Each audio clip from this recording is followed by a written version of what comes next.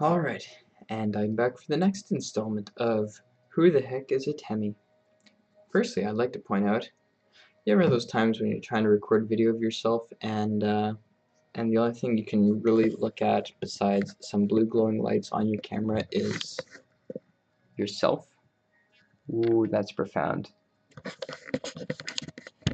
Right, so if I'm looking over the camera frequently, that's simply because I can see myself up here.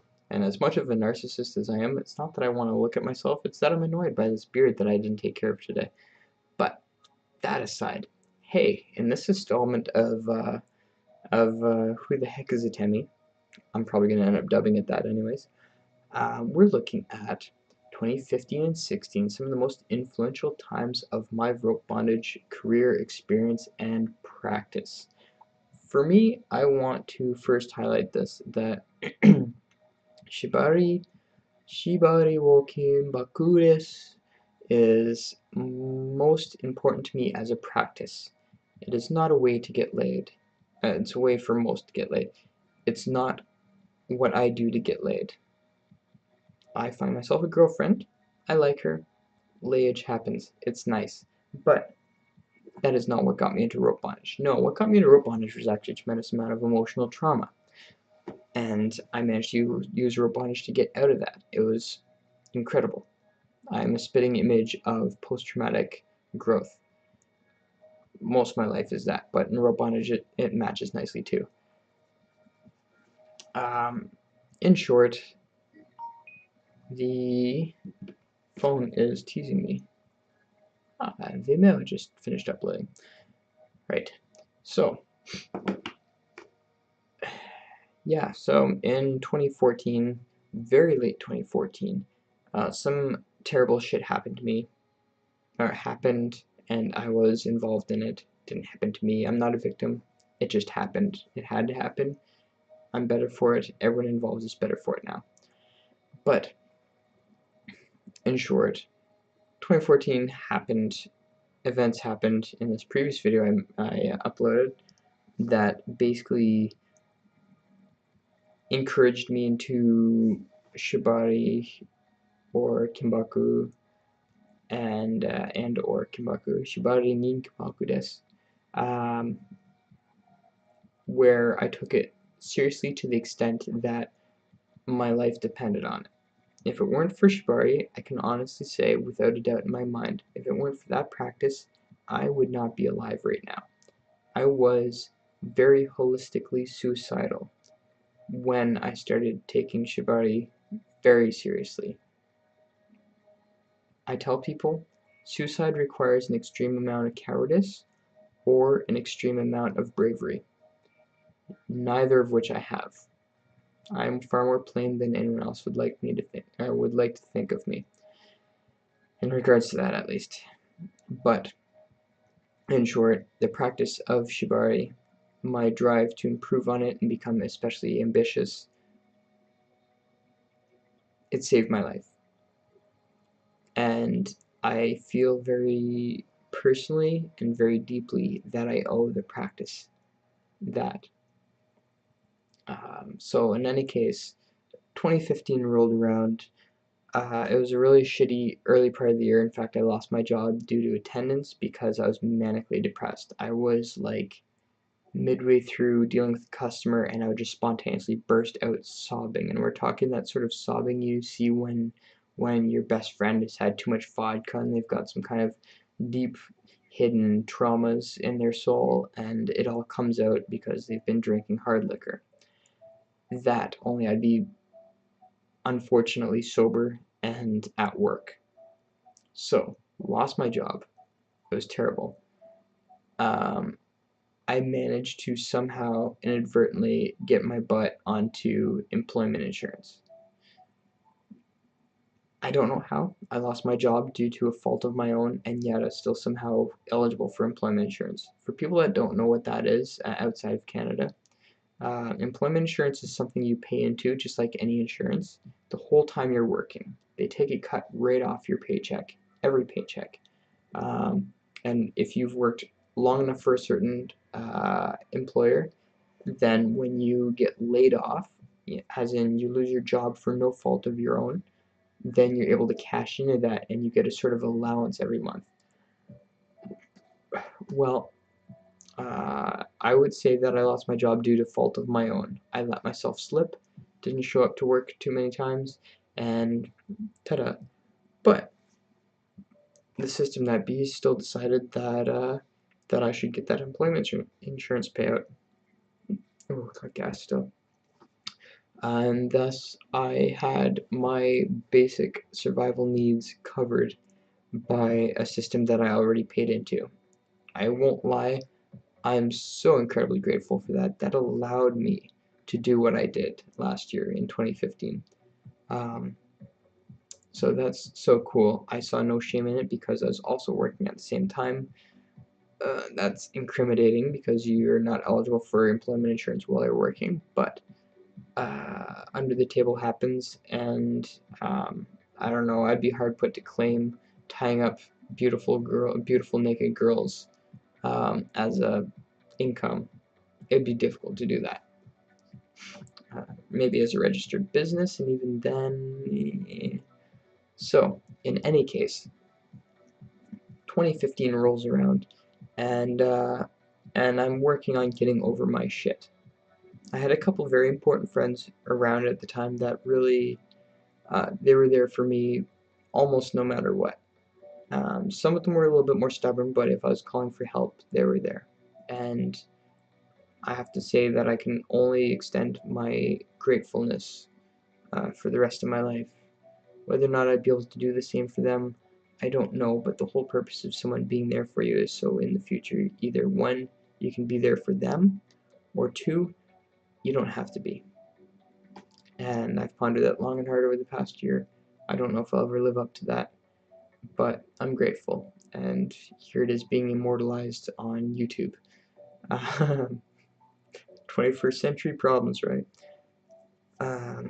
All that noise and shit aside, yeah, 2015 rolled around.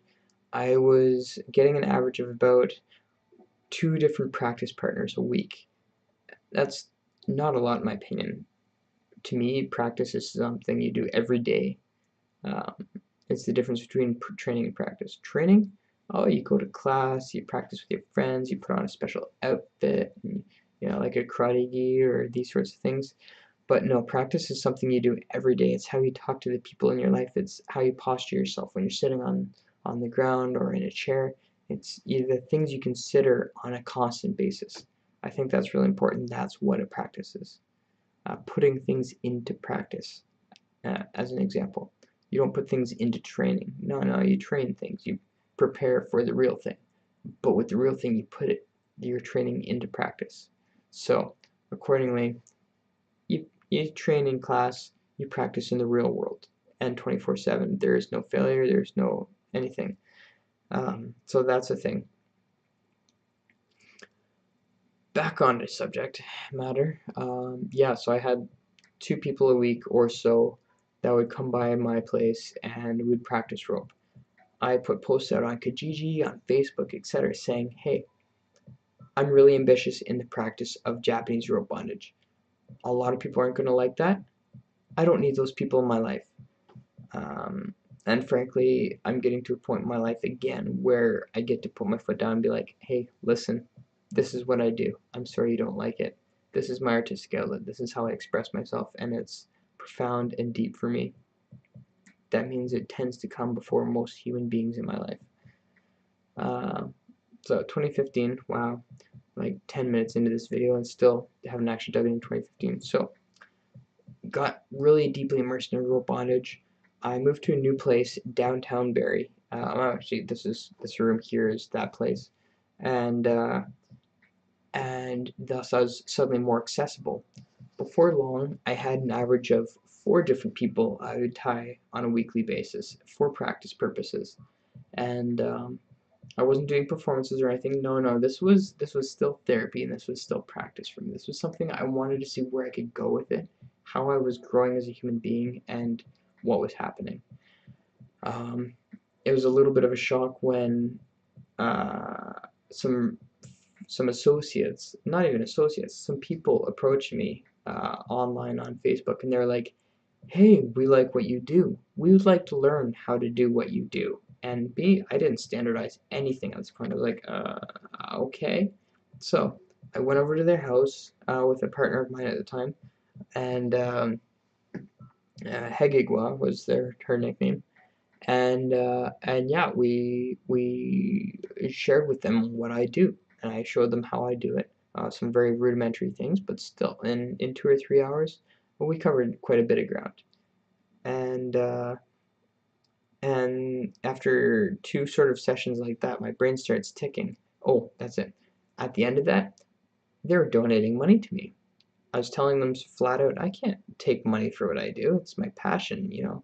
Well, any entrepreneurs that have made a job off of what they love, they know that threshold, right? Either you pass it and you become successful, or you don't pass it, and well, poverty's the rest of your life. Enjoy. But yeah, so two classes in a row where I was like, or two sessions in a row where I was sharing what I do, and they were giving me money, and I was like, so what if I were to make a payment system, like, hey, you learn this level, it's worth this, you learn that level, it's that, or maybe so much per hour. So I ended up settling on $40 an hour because everyone I ended up working with around that time was giving me $40 donation for me just sharing my passion with them. And I think that's super cool. So at the time I started pondering, like, professionalism. That's that's pretty cool. I could see that being a thing. And I started looking around on FetLife and on Facebook, and I started seeing how other people are doing their things. I honestly didn't like how they're doing their things. The only one that actually influenced how I approach the curriculum that I use is actually Osaka Dan, Dan Pritt of the Kinbaku Saloon in Toronto. The Kinbaku Saloon is still in Toronto now, actually recently moved, but still in Toronto. Dan went back to Australia, I believe. I think he popped around a little bit, but went back to Australia, and he's, from what I can tell, looking at opening another studio of sorts. But on their official website, you can see a sort of like four-tier level thing, which is matched with me well because I deal with that classical martial arts stuff, where most traditions had 3 or 4 levels at most, maybe 2 levels. It was like either Shoden, Chuden, Okuden, so it's like the first level, the middle level, and then the deepest level. You know, that's how I founded my curriculum, and that makes a lot of sense to me because the further you go into a curriculum, you don't ascend higher. No, that's the ego talking to you. No, you want to get deeper. You want to go further inside yourself. You want to meet the ego. You want to be able to collaborate in a way that is beneficial with the ego and yourself. Or you need to completely subjugate your ego and become the master of yourself. Those are the two options I've come across. Uh, so accordingly, for a curriculum to be designed to get deeper into practice, especially one whose pinnacle is the Buddhist and Kinbaku notion of Muga Nawa. That is the selfless rope. That is your time without a sense of yourself. You need to have a mastery of flow state. You need to have a mastery of being able to handle the rope in a way where you don't have to think about handling the rope or your partner. And then you can get yourself out of the way of the performance, of the practice, of the model, and it becomes something impossibly deep, something on a Buddhist level, something where the term muga, selflessness in Japanese, is expressed, but in rope bondage. That's pretty cool, and that's also one of the things that got me into this sort of thing. 14 minutes, I still keep getting off topic. So, boom, I had a couple that were paying me $40 a session to show them what I do. I was basically showing them at that time, and I used that as my standpoint. I'm like, oh, I'm not teaching you. It's not my teacher, not my responsibility. I'm not your teacher. And they kept paying me, and I kept sharing with them. And so I started to build a sort of payment system there based around the pre-mentioned curriculum idea. I used Douglas Kent's Complete Shibari.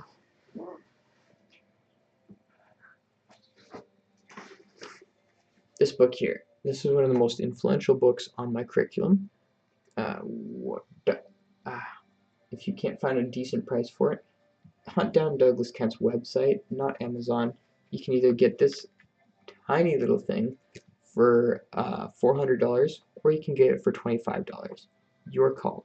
Hunt down Kent's website, $25 plus shipping and handling, all that noise, or $400 on Amazon. Enjoy. Right, so that book, some of the ties I've come across in my history of practicing rope bondage, and seeing how the Kinbaku Saloon divided up their curriculum and my understanding of Japanese martial arts, classical Japanese martial arts, it all came together, and that's what sort of built my curriculum at the time. And it was very rudimentary at the time. It was like an introductory class in 3 levels, which I still do now, but at the time it was like 5 ties per level and these sorts of things. It really didn't get far. And so I've improved on that since. And yeah, so ramblings and nonsense aside, yeah, 2015 was floating along. I started up classes. I did my first workshop in early 2015. That was actually a really striking weekend. Long story. Involved someone I would love to see again. But um, yeah, 2015 was rolling on by. I was doing classes. I was doing 2 workshops a month and at least 1 class a week, while having a practice partner almost every night of the week. Weekends were tricky. I had to see my kids and this sort of thing. It's hard to juggle that sort of thing with rope bondage, but that's kind of how that went. And yeah, that made up most of my 2015. It's officially 4:15 here, so I'm like dying. I gotta get up in 3 hours. But yeah, so 2015 has flown by. I was doing practice almost every day. I was doing classes every week. I was doing workshops at least once or twice a month. And just like my own technique was expanding by the week. Um, this sort of thing was going on. And I was growing, and a reputation was growing, and all sorts of good things were growing. It was supplementing my employment insurance quite nicely. And then someone actually contacted me. I'm not going to do shoutouts here. You know who you are if you hear this or see this.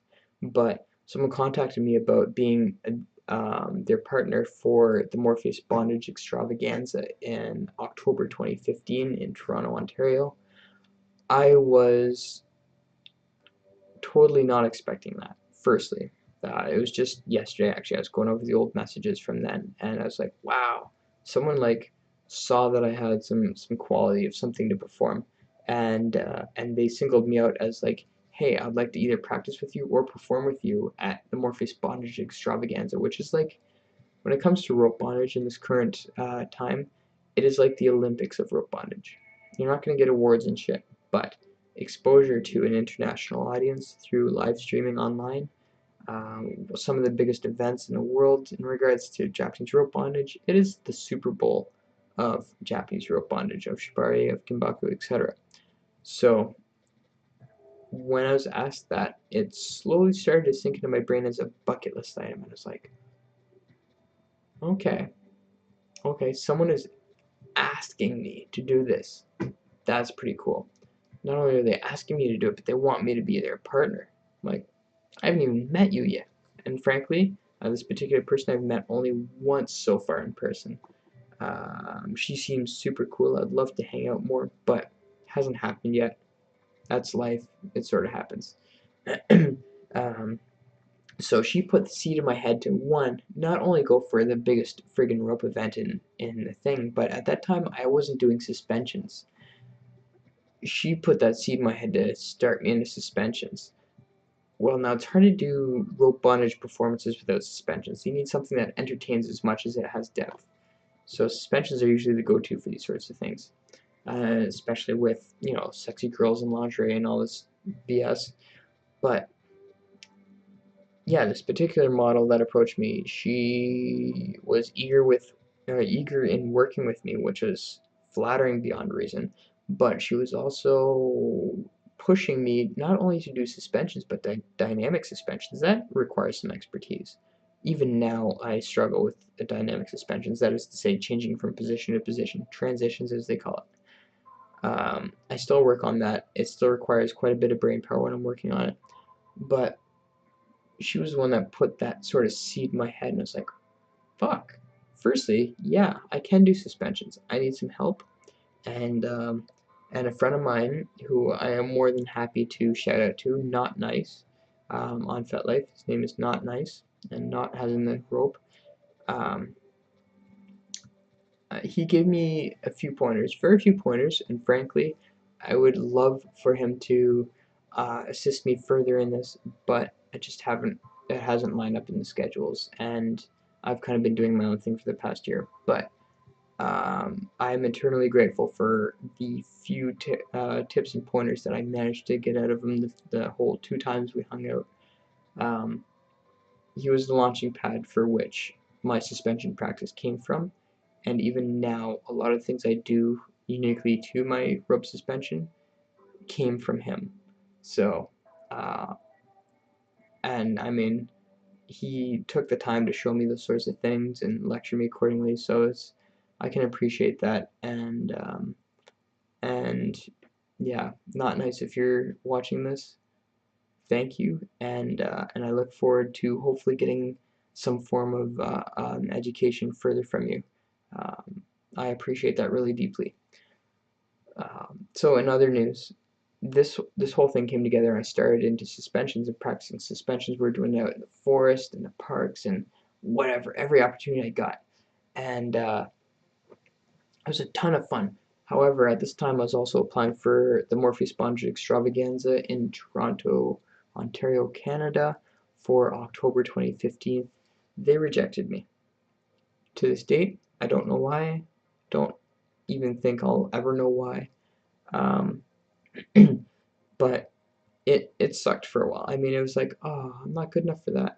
But I had to remind myself I didn't get into Japanese rope bondage for MBE. I had never even heard of MBE when I got into it. No, I got into it for something much deeper than some silly performance. Might be the Super Bowl, but when you give it a big title like that, that is one big pointer that tells you it's your ego getting caught into it. You can't perform Mugunawa on stage in front of an international audience when you're going there for the show and not the practice. So, and I will hold that to anyone that wants to approach me and dispute that. Enjoy your ego. We can discuss ego all you want. But when it comes to these sorts of things, it is ego. I was honored. Well, we'll get into that later.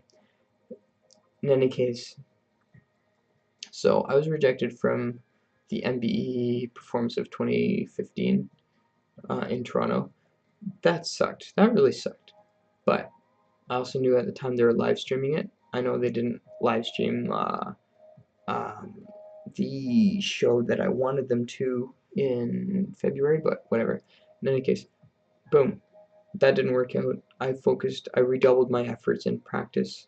I met some people that very explicitly influenced my practice of Shibari and Kinbaku. All through November and December, you know who you are. Some other people know who you are. It developed my practice deeply. I had a partner who got it.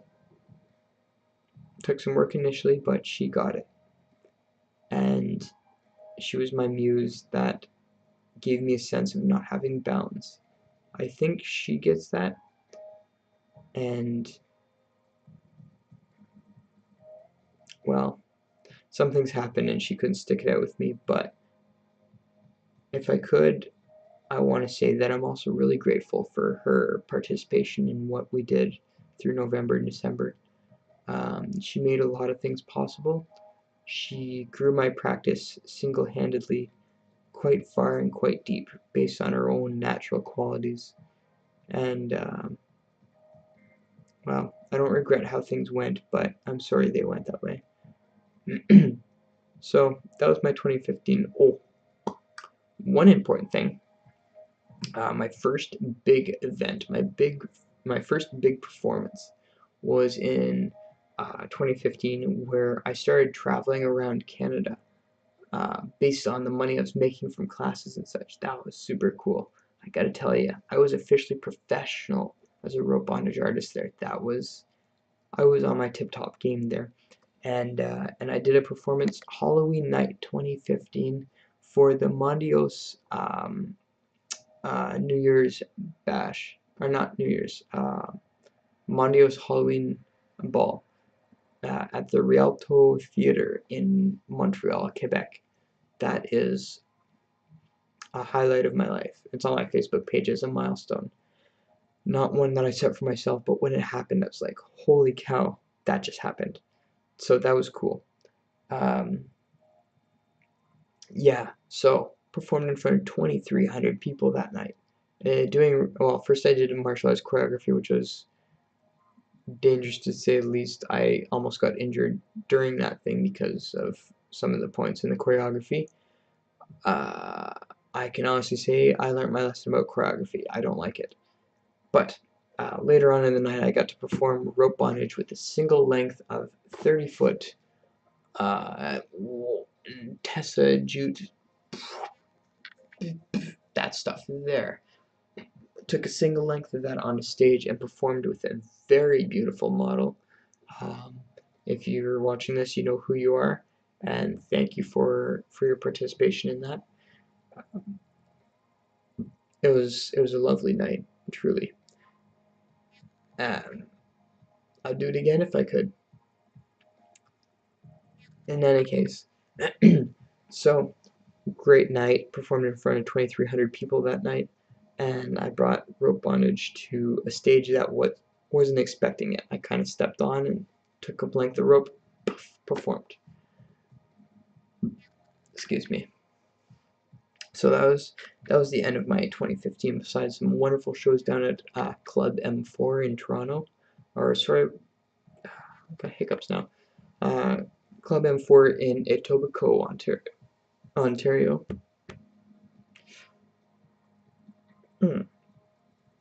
Try to drink something here.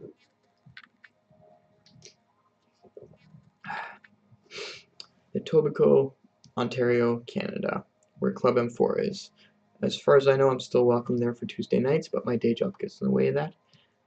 But yeah, through November, December, I performed there almost every week for 6 weeks. Actually, yeah, it was every week for 6 weeks. It was super cool. It called the event Singe, as in like what we do to condition rope. We singe off all the extra fibers, but also because it's hot. So it's rope that's hot, hot rope that's sexy. Yeah, it's a brand name I'd like to maintain. But yeah, Singe happened. That was super cool. The partner I had at the time inspired me like no one else has at the time. And sorry for anyone since then and to the future, but ever since, I haven't had the same inspiration. So when she left the scene on New Year's sharp, that very drastically influenced my inspiration, my business practice. It influenced, frankly, everything, and it left me in a bit of a rut. By bit of rut, I mean it took almost 9 months to recover from. It's very recently, here in September 2016, where I've got my inspiration again. I'm doing these videos because I'm inspired, and all that sort of stuff's going on. But in any case, that's neither here nor there. That happened. Classes dwindled because of the January-February drop you see in most businesses, especially businesses with subscriptions, the student bodies, etc. Martial arts and such see this too. January and February are bloody harsh. No one wants to go out to class. Everyone's vitamin D deficient. The very thought of practicing kata is just like, nope, not happening. So for rope bondage, it got influenced just the same. On top of that, I lost my muse, so my own energy and the way I attract people with my personality, that changed. I was going through that sort of stunt. And then, yeah, I was without a primary partner in regards to that for that time. Now, February rolls around. February 2016 rolls around. Morpheus Bondage Extravaganza at La Nuit des Corps in Toronto during Nuit Blanc in February. It was like 27th of the month or something like that, 24th or 27th, I can't recall. There's a Morpheus Bondage Extravaganza Montreal edition. super cool. I was accepted to this. That meant a lot to me, and that was super exciting, and I had a tremendous amount of fun. I got to perform with a couple of people I really wanted to perform with, but there's a combination of stage fright, and there was an element where I wasn't allowed to perform rope suspension at that time. The people that I had poked and prodded about it just said, hey, I'm a new face on MBE, no one knows me. That was bullshit at the time. A lot of people knew me, a lot of influential people knew me, but I was basically told I wasn't allowed to do full-on suspension. At that time, I had been doing suspension full-time for 6 months on stage with paying audiences. So that influenced me a bit. I wasn't expecting it to. I was like, okay, whatever. At the time, I was focusing on partial suspensions, which I got permission to do. So I was like, what are you going to do? I'll just do partial suspensions. There's some cool stuff you can do with that. Well, these aren't kink scenes. These are performance scenes. Performance scenes need things that are extravagant. For me to be restricted to ground ties or partial suspensions when I just spent 6 months drilling suspensions in preparation for this, no, it threw off my technique a lot, and it gave me a really hard time. Um, so it came across as stage fright. I wasn't entirely stage frightened after the first performance. Sorry, Wily Cat. I could have, should have, would have done better, and I'm sorry for the mistake in that single calm tie. Every time I do a single calm tie, I picture that session right there. And since then, it's been without error or fail, I'm proud to say. But yeah, right off the first performance there, stage fright went out the window, and I was sucked into the energy of it. It was a blast. I got to perform with a couple of people I really wanted to perform with. Respin, you were awesome, and the feedback you gave during the scene was incredible. Amira, you're great and awesome. I'm sorry I didn't do anything more cool than what we did. I have more to my repertoire, and it's sort of a pet peeve and a loose end in my mind that I haven't had the opportunity to improve on that. Sorry for that. Nathaniel,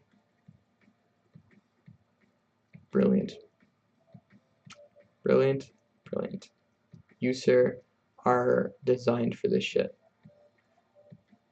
And I knew if I wasn't restricted and I didn't feel all these burdens and shit in the way, that could have been probably some of my best work. But while you saw it, I kept getting creative blocks, and I was stuck on what to do next, and that's really not like me. I hate to say I blew that one, but thank you so much for your time with that, and you were brilliant. Awesome. So that was MBE 2016. It was a bucket list item. No, MBE as a brand was a bucket list item. MBE Toronto is the real bucket list item. This is where I started doing suspensions for MBE Toronto. I started working on performances because of MBE Toronto. It was actually 2 days ago I was informed that not only am I not accepted to MBE Toronto, but apparently I'm on a number of people's quote-unquote no lists. And by number of people, I mean quote-unquote far too many people's no list. I don't know what that means. I'm sorry. I know what that implies. It implies there's a group of people that don't want to perform with me or don't want me to perform. That's interesting. But as someone who's been performing for a year without error, without exception, without injury or issue to any of the models I've worked with, and I've got a listing of them, you can back check all of them without exception. There's only one that we had any issue with at all, and that's been accounted for and discussed at length. So in regards to that sort of thing, no. And the people I referenced on my MBA application there, all of them are surprised I'm not accepted. What's going on there? This is what we call community drama. In any case, I've had to remind myself quite recently, I didn't get into rope bondage for the Morpheus bondage extravaganza. I got into it for me and for my therapy. The therapy is no longer needed. My trauma is gone and recovered. It took me some time to figure out how to inspire myself in this art again since then, because I got into it for a different reason. And now I have that inspiration back. I'm sincerely sorry you guys won't accept me into this, but my direction's bigger. Cheers. Alright, so the rest of 2016 so far, I mean, it's September 2016, so what's there left to say? But I just spent the past several months reclaiming my creativity on the subject of Japanese rope bondage. That was challenging, and honestly, I was going to drop rope bondage because of it. I was going to drop Shibari because I was like, that's it, it fulfilled its purpose, and I don't have the inspiration, I'm not making incredible art anymore, I don't know how I can contribute anymore. And it was actually my last batch of purchasing a rope. I'm sorry. That stuff there. The Osaka jute from a certain supplier here. Since getting that, during the conditioning time, I had a lot of time to think about rope in particular. And a lot of things clicked during that time. It changed everything. And I have my inspiration back. Right in time for MBE, of which I'm not allowed in. It is still a little bit fresh in my mind, I'm sorry. That's why I keep bringing it up. But yeah, 2015 and 2016 were crazy. 2015 was my boon. I got to travel across Canada teaching and performing rope bondage. Holy crap. You asked me a year ago if what I was going to do with 2015. That was not the answer, I'll tell you. So that was super cool. I met incredible people. Some people showed me a type of kindness I couldn't describe. And many people really just, they made 2015 so worth it. Even if we were at ends or there was any kind of issues at all. No, I think back to all of it fondly. 2016, there were some weird hiccups. It's expected to be a crazy year numerologically speaking. It's been a crazy year for most, but I can say that having my inspiration for rope bondage back has been game-changing. Before rope bondage, I had many purposes. I had many goals and directions. During rope bondage, I focused everything on one, but then when I lost that muse and that inspiration, shit, I lost a lot. I lost a part of myself. And under reflection, I realized how much rope expressed a part of myself, and I haven't been able to find another medium for that. So that's been really important to me. And since having that back now, I'm starting to get the same kind of conviction I used to have on the subject. Well, let's hope I can do it in a reasonable and responsible way. So going forward here, September 2016, the year is almost over, but as of next month I start up weekly classes again. I'm going to be pushing for workshops. I'm working with my day job, or collaborating with my day job, to try and free up my evenings and certain parts of the weekends, at least the evenings on weekends, because that means I can do workshops and such again, and that's really important to me. We're 34 now. Yeah, classes and workshops are really important to me. I'm a teacher by nature. The products they sell themselves, that's cool and important, and I don't make much profit off that at all. It offsets the shipping cost from Europe and from Japan. Imagine shipping from Japan, it's expensive. But yeah, so in any case, that was my 2014, 2015, 2016. Performed it at the Mondios Halloween Ball in October 2014. That was, 2015, a little while ago. I got rejected from MBE Toronto 2015. Became a professional and traveled across Canada teaching my craft in 2015. October 31st, 2015, I performed in front of 2,300 people for the Mondios Halloween Ball at the Rialto Theatre. Friggin' February 2016, I performed at the Nuit des Cours Nuit Blanc in Montreal, Quebec, Canada. That was a highlight for me. I don't think it's going to be my biggest one, but that was awesome. And yeah, now I'm looking forward to my next big event. Unfortunately, MBE Toronto isn't going to have that attention from me by their choice. If they were to contact me the Friday morning of, I'll tell you right now, I would be shooting down to Toronto. I'd be shooting down to Toronto on the bus. I'd be skipping work. I'd say fuck everything, and I would show up there doing what I do. That's a pipe dream. Because clearly someone's got a grudge out for me in regards to that, and they put in the right words, and they've got good pull on the decision makers of MBE Toronto. It's unfortunate. I'm going to do my best to apply it to MBE Montreal for February next year, in 2017. But if everything's influenced the way I think it is, I'll probably never perform at MBE again, and it'll be based on rumors and conjecture.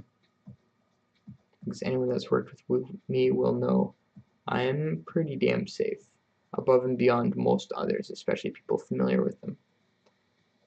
But in any case, it's a convoluted explanation in 41 minutes in high definition on the subject of 2014, 15, and 16 for moi. It's now 4:37 a.m. and I've got shit to do at 4:30 a.m. or 7:30 a.m. So in 3 hours, I'm gonna be getting up. Oh shit. So with that, cheers, peace out, or whatever.